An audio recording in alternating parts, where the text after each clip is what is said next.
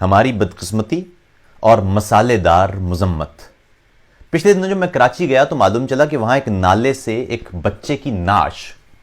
اس وقت نکالی گئی جب اس کا ایک بازو ایک کتے کو بھنبوڑتے دیکھا گیا۔ اس خبر کو سن کر میں سکتے میں آ گیا، اور اس سے زیادہ سکتہ تب ہوا جب میں نے یہ خبر وہاں اپنے ایک دوست کو سنائی، اور اس کا کہنا تھا کہ بھائی یہ واقعات تو یہاں روز کی بات ہے۔ پھر کہنے لگا ہمارا معاشرہ چونکہ تنزلی کی طرف جا رہا ہے، پھر دو چار اور مذمتی اور تعزیتی جملے، اور پھر اچھا خیر چھوڑیے آج کا کیا پلان ہے۔ مردان کی جامعہ میں مشعل کے قتل کا واقعہ یقیناً دلدوز تھا، مگر اس سے زیادہ دکھ انگیز خبر یہ بھی تھی کہ مقامی مولوی نے اس کی نماز جنازہ تک نہیں پڑھائی تھی، جبکہ جس شخص نے بعد میں نماز جنازہ پڑھائی بھی اسے بھی مختلف افراد کی طرف سے تلخ جملے سننا پڑے۔ قتل کے بعد کے ان واقعات کی کوئی اچھی بنائی ہوئی ویڈیو سامنے نہیں آئی، اس لیے یہ معاملات ہماری گفتگو میں آ ہی نہیں سکے۔ یہ بدقسمتی نہیں تو کیا ہے کہ ہمیں کسی واقعے کی بھرپور مذمت کے لیے بھی پورا مسالہ درکار ہوتا ہے، کیونکہ دوسری صورت میں یہ واقعہ ایک سطر کی خبر سے زیادہ کچھ نہیں ہوتا۔ میں نے مشعل کے قتل کے روز بھی کہا تھا کہ اگر اس واقعے کی ویڈیو سامنے نہ آتی تو یہ ایک عام سا واقعہ ہوتا،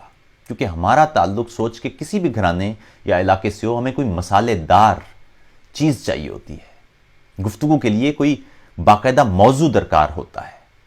دو پاکستانی دنیا میں کہیں بھی ملیں اور ان کی گفتگو کسی بھی موضوع سے شروع ہو، وہ آخر میں ایک موضوع کی جانب کھینچے چلے آتے ہیں، اور وہ ہے مذہب اور پاکستانی سیاست۔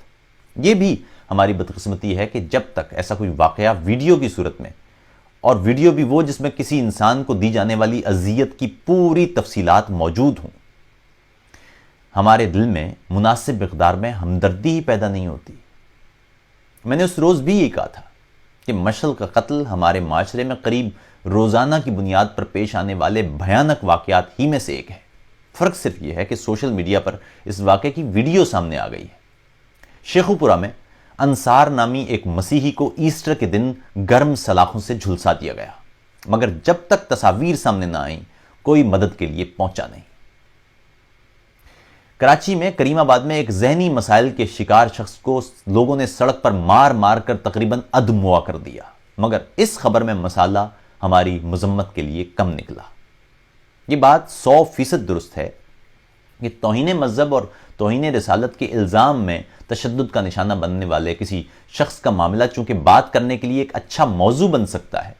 اور ویڈیو میں دکھائی دینے والے مناظر تفصیلات فراہم کرنے کے لیے کافی ہیں، اس لیے اس پر بات کر کے دل کی بھڑاس نکالی جاتی ہے، مگر ویسی ہی بربریت کی مثالیں قریب روز خبروں کی صورت میں ہمارے سامنے سے گزرتی ہیں، مگر ہم انہیں روز مرہ سے زیادہ کوئی اہمیت نہیں دیتے۔ کسی نالے میں پھینک دیے جانے والے بچے کا واقعہ،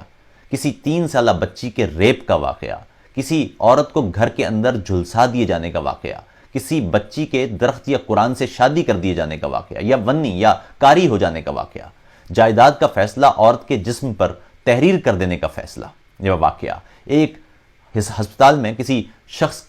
کو دوا نہ ملنے کا واقعہ، ایک بچے کے اسکول جانے کی بجائے کچرا چننے کا واقعہ، آپریشن تھیٹرز میں بجلی نہ ہونے کا واقعہ، اور جانے کیا کیا۔ یہ سارے واقعات بالکل بھی اہم نہیں ہیں۔ ہمیں مسالے دار واقعات چاہیے، ہمیں زیادہ بربریت اور زیادہ تشدد انگیز ویڈیوز درکار ہیں۔ کاش کتے کے منہ میں بچے کے ہاتھ یا بازو کی بھی کوئی تصویر یا ویڈیو بنا لیتا، اور ہم اس موضوع کو کوئی نتیجہ خیز گفتگو کے لیے اپنا سکتے، ہم حکومت پر کوئی دباؤ ڈال سکتے، ہم ایک بہتر معاشرے کے لیے ایک اچھی اور صحت مند گفتگو کر کے اس واقعے کو بھی آئندہ ہونے سے روک سکتے۔